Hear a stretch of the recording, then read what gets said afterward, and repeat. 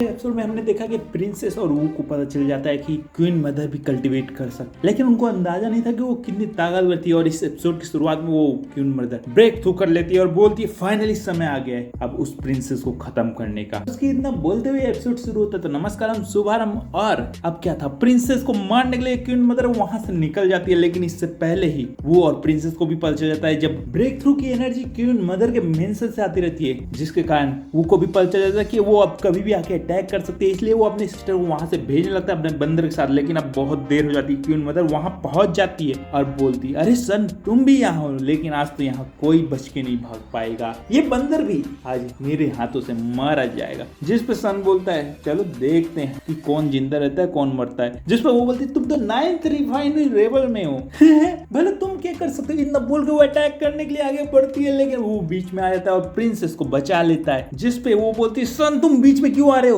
Royal family के matter में तुम क्यों पढ़ रहे हो। और इससे पहले वो कुछ और करती, वो तुरंत बोलता है प्रिंसेस यहाँ से निकल जाओ और अपने बंदर को भी साथ में जाने के लिए बोल देता है। और प्रिंसेस भी देरी नहीं करती, वहां से निकलते रहती है। लेकिन क्वीन मदर इतना आसानी से उसको कहाँ जाने देने वाली थी। वो बोलती है कि आज यहाँ से कोई नहीं जाने वाला, मैंने पहले ही बोल दिया ना। और इतना बोल के एक रिवन अटैक उस पर करती है, लेकिन वो उसके अटैक को पहले वाले को तोड़ के तुरंत जाकर रिवन वाले भी अटैक को ब्लॉक कर देता है और प्रिंसेस को वहां से भगा देता है। क्वीन मदर और गुस्सा हो जाती है और बहुत ज्यादा रिवन अटैक उसके ऊपर करने लगती है, लेकिन सब वो ब्लॉक करने लगता है और वो लड़ते लड़ते मैदान में आ जाते हैं। और मैदान में आने के बाद क्वीन मदर बोलती है सन तुमने बहुत बड़ी गलती कर दी, रॉयल फैमिली से पंगा लेके एक सुपरवाइजर होके तुमने सेक के नियम तोड़े हैं, समझ में आया। मेरे पास तुझे मारने का पूरा चांस है। और इतना बोल के वो अपने बिच्छू जैसे रूप में आ जाती है। हाँ वो भी एक बिच्छू मॉन्स्टर होती है और अपनी एनर्जी रिलीज करके वो पे अटैक करने लगती है, क्योंकि उसको अभी भी नहीं पता ये वो है। वो सन समझ के उसके ऊपर अटैक करके उसको मारने की कोशिश करती रहती है। सन उसके अटैक को ब्लॉक करते रहता है और वहां से हट जाता है, लेकिन वो रुकती नहीं है। बहुत सारे छोटे छोटे स्पीड बॉल उसकी ओर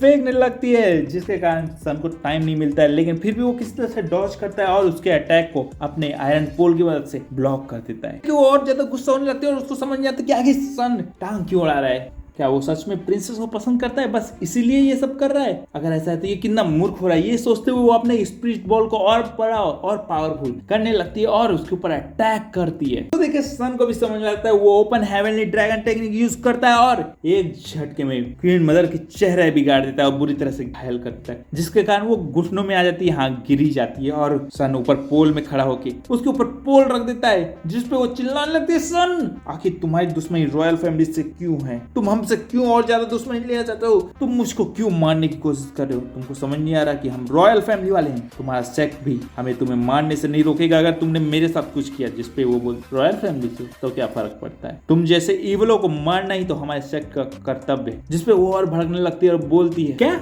इवल काम, कौन सा इवल काम, किसने किया, कौन सा, हमने कोई इवल काम नहीं किया, तुम तो झूठ बोल रहे हो, लगता है तुम्हारी पर्सनल दुश्मनी है रॉयल फैमिली से। जिसपे वो बोलता है सही कहा, पर्सनल दुश्मनी। इतना में वो मांस उतारता है और अपना चेहरा दिखाता है और जिसको देख के क्वीन मदर चौंक जाती है। वो तुम कैसे, तुम जिंदा बच गए, मैंने उस लड़की को एक छोटा सा काम दिया था, उसने वो भी नहीं किया, सच में वो बहुत ही बेकार थी। हाँ ये उसकी बात कर रही थी जिसको चौथे नहीं 9वें जो भी एपिसोड में मारा गया था जब वो पहली बार राज्य में आया था। क्या था वो बोलता है अब तो कोई फर्क नहीं पड़ने वाला है ना, क्योंकि मैं भी तो रॉयल फैमिली से हूँ, अब सेक्ट भी कुछ नहीं बोलने वाला है और अब मैं तुम्हें मार सकता हूँ। जिसपे वो हंसने लगती है तो वो बोलता है तुमने मेरी माँ को मारा, तुमने मेरे पिता को मारा सिर्फ इस राज्य के लिए और हांग तियांग के साथ मिलके ये सब खेल रच, मेरे को सब पता चल गया। जिसपे वो हंसने लगती है और बोलती है इस राज्य के लिए तुम पागल हो गए हो, हांग तियांग क्या इतना पागल है कि इस राज्य के लिए तुम्हारे माता पिता को मारने का प्लान करेगा, तुमने बहुत गलत सोचा है और आज के बाद तुम्हें भी पता चल जाएगा कि हांग तियांग का क्या असली प्लान है। लेकिन क्या फायदा, आज के बाद तुम उसको रोक नहीं पाओगे। जिसको सुन के वो चौंक जाता है और बोलता है कि आखिर उसका क्या प्लान है बताओ, वरना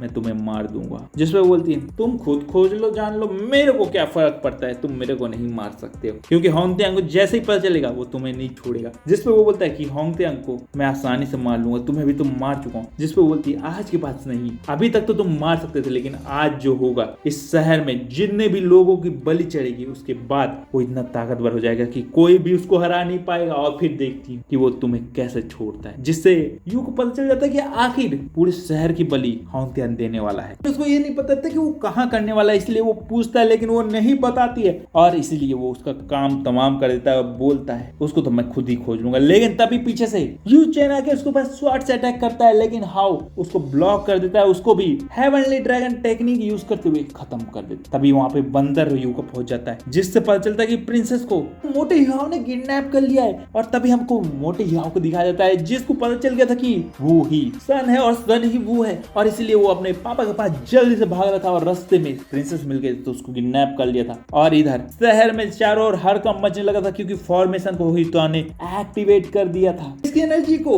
युवाओं का पीछा करते हुए वो भी देख लेता है, और उसको देखते ही मिंगलोंग बोलती है ये तो हेवनली सोलिंग इनकम्प्लीट ऑर्डर है, जिसको सुन के वो चौंक जाता है। Heavenly soling order? मिंगलोंग बताती है हाँ हेवनली सोलिंग ऑर्डर, लेकिन ये इनकम्प्लीट है। ये एक एंशिएंट मैजिक वेपन है जिसका उपयोग करके बहुत ज्यादा खतरनाक मॉन्स्टरों को समन किया जा सकता है, लेकिन ये इनकम्प्लीट है, इसलिए इसका परिणाम बहुत बुरा होने वाला है। साफ मतलब है कि डोंग यांग के सारे लोग आज मारे जाने वाले, इसलिए इसको किसी तरह से रोकना पड़ेगा, क्योंकि अगर एक बार ये एक्टिवेट हो गया तो कोई नहीं बच पाएगा। लेकिन तभी हमको शहर में दिखाया जाता है जहाँ भूकंप आने लगता है, और सब जानवरों को भी पता चल जाता है, क्योंकि शहर के भूकंप का उसको भी पता चल गया था कि कुछ तो गड़बड़ हो रहा है। जैसे तलवार लेके बाहर निकलता है, शैतानी पावर से कंट्रोल लोग उस पर अटैक कर देते हैं, जिसको वो मार देता है। लेकिन तभी ऊपर वू को देखता है, वो बोलता है मैं उस फॉर्मेशन की ओर जा रहा हूँ, तुम्हें जब तक शहर की रक्षा करनी होगी, और इतना बोल के वो वहां से चला जाता है। लेकिन सीन बदलता है, हमको मोटे युवाओं को दिखाया जाता है जो अपने पापा जी हाई त्याओ क्या नाम था, हु त्याओ के पास पहुंच जाता है, मतलब हाई त्याओ के पास पहुंच जाता है, और उनसे सब कुछ बताने लगता है कि वो ने कैसे उनकी मदर को मार दिया, और आखिर वो और सन दोनों एक ही हैं, जिसको सुनकर वो चौंक जाता है। लेकिन तभी वो मोटा युवा बोलता है फिक्र नहीं करना पापा जी, मैंने प्रिंसेस को उठा लिया है, इसलिए तो वो कुछ नहीं कर सकता है। लेकिन इतने में ही बाहर धमाका होता है, जिससे हाउतिया को पता चल जाता है कि कोई आ गया है। वो अपने चमचों को उस ओर भेजता है, लेकिन वो एक झटके में उन दोनों को मार देता है और सामने खड़ा दिखता है, और हाउतिया को चैलेंज कर देता है, जिसको देख मोटा युवा डर जाता है और छुप जाता है। इसी साथ एपिसोड खत्म होता है। मैं अगले एपिसोड में मिलता हूँ। लाइक सब्सक्राइब और लेट्स गो। जिसने लाइक सब्सक्राइब नहीं किया है क्या कर रहे हो यार, सपोर्ट कर दो। इतनी बोरिंग स्टोरी को भी अच्छे से बता रहा हूँ।